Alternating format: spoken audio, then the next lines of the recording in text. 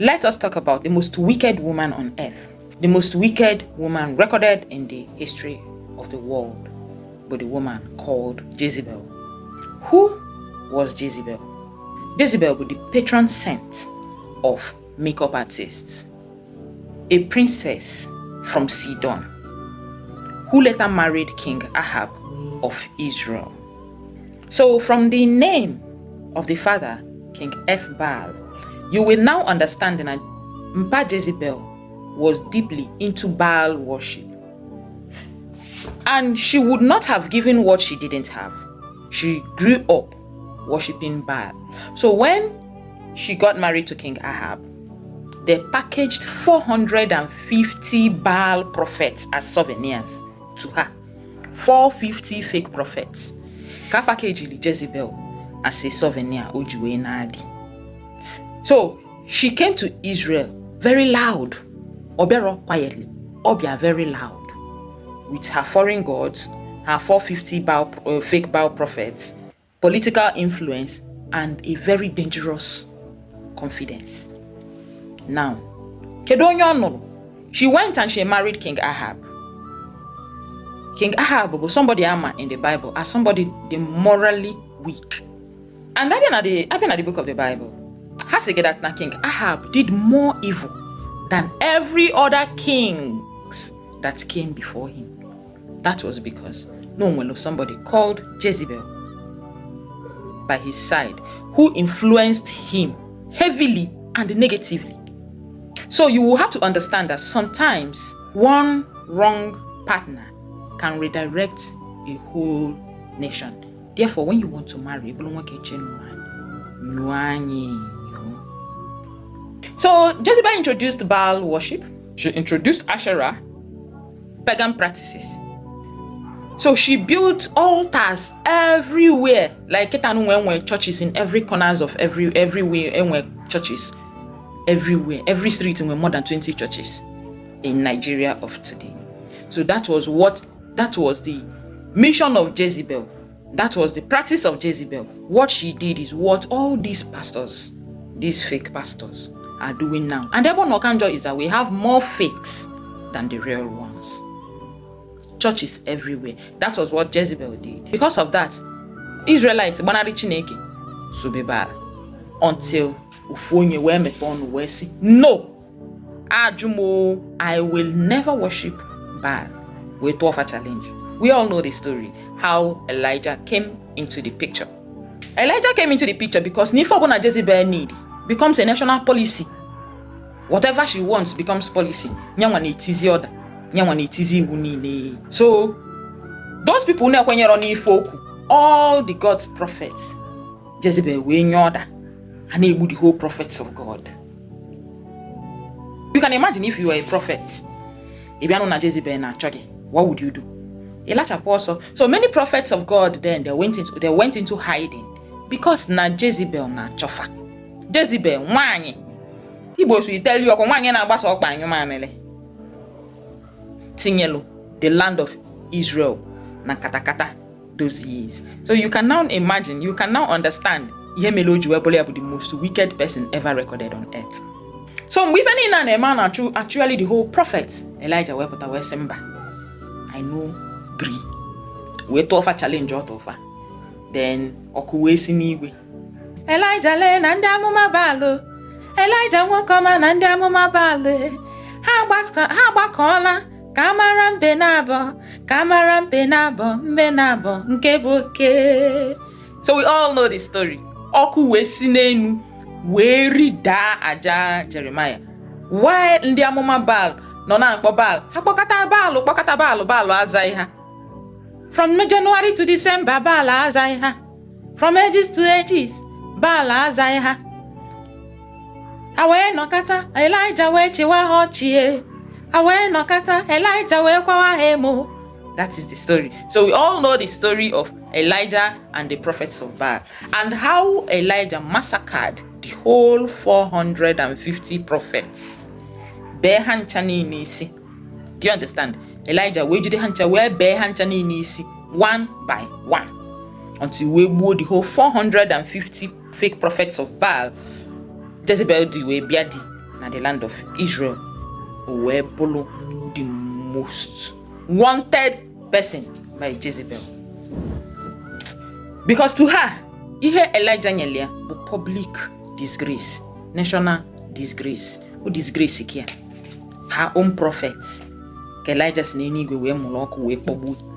Now, Jezebel wee nye you. You send Elijah with just one message. Just one message. And that message, by tomorrow, you will be dead. One message, by tomorrow, you will be dead. Now, Elijah kpọrọ si n'enu wee daa wee lie aja.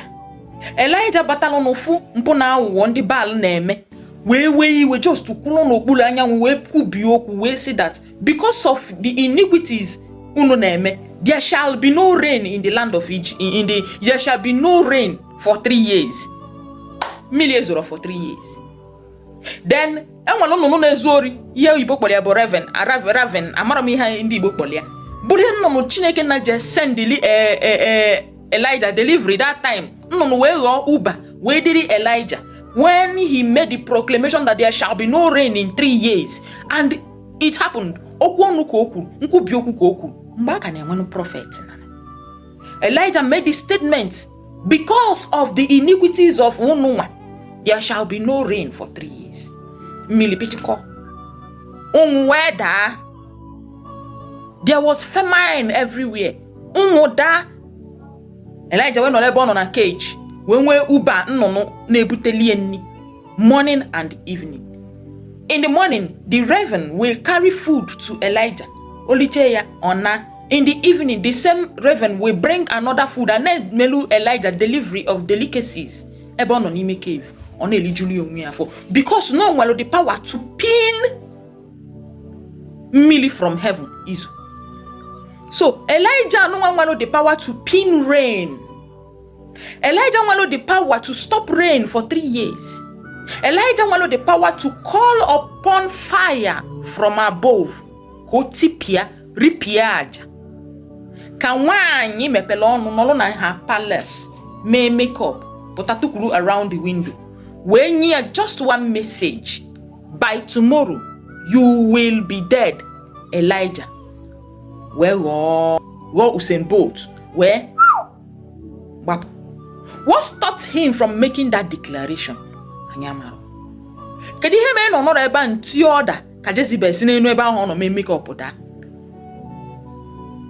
Elijah did not do that. Ihe Elijah mebun Elijah agbafuo entirely we gbaluje hide ya a whole prophet like Elijah. So now tell me, what can women not do when they are determined to do it? Onweli ihe nwanyi dị determined na ama mmemme. So when a woman stands like this, men abafu. And that was exactly what happened in the case of Jezebel and Elijah. Then Elijah wakatalosazi when all in hiding when enyezi prophecy to Jezebel. Where's here? Dogs would eat dogs would eat Jezebel. Although years later it happened, but that was years later after Elijah. Elijah was also no wow, but not anyway with the chariots of fire because of a woman. And now some people will be asking, "Kedi be and Jezebel ndeki Jezebel meshitere me ndoba na gion deki ye madu meshitere me." Okay, now there is somebody called Naboth. Amaromonko Bible or Bronya Bai. Now, a very powerful vineyard, King Ahab na anya. Now, King Ahab went to buy the vineyard from Naboth, and Naboth refused. Simba, Niyambu his family inheritance. No bro for sale. King Ahab, wenata, webe wakwa kwenye side chiki Ahab. Wenebe, ne reject food. Ono wutia, no like a vineyard mother osegin or lele. So, Jezebel kiligide, say I be kem, what is wrong with you? Where me born, where we? Jezebel will say, only that or say Rapolomoku.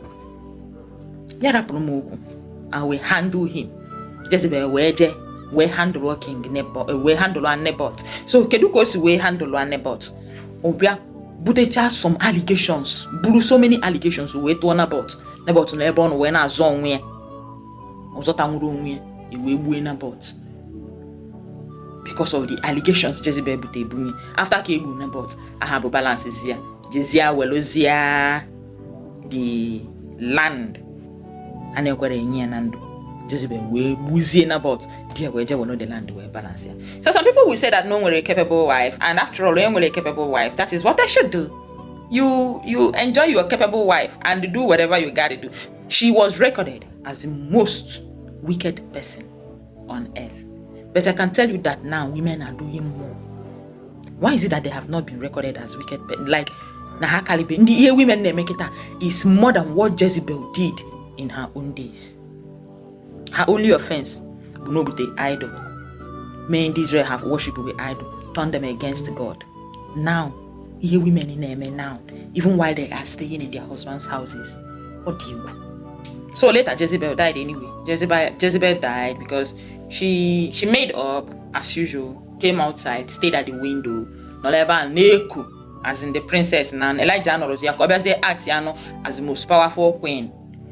Omoboya wishinazo, her servants will push yaka. We danin, we snin weba, how many stories building be we sneba and where da well. So by the time they got to her, Kahapi Kiya Jenny, they now found out that Elijah's prophecy had come to pass as number at the time Hagi Lute, Nketa Ejide Gozu, Jezebel, we tapiaya wogo, Nke Fozino Hajini, Manotago, most part of Jezebel. So when we talk about Jezebel, we talk about so many things. One, the name Jezebel stands for manipulation, it stands for seduction, it stands for control, it stands for intimidation, it stands for rebellion, and it stands for corruption of influence. That is what the name Jezebel stands for. But biblically, Jezebel represents destructive influence mixed with power. So to you now, tell me the lesson you learned from the life of Jezebel. What are the lessons you learned from the life of Queen Jezebel of Israel? Akana muno makani fene jalu nozi abum Princess Chinwedume na moko. Mpolo mandi bu nkisisi ni bunine gbabulu. Oton nwanne ya. Ada di ora manu bedovu. De yo Queen.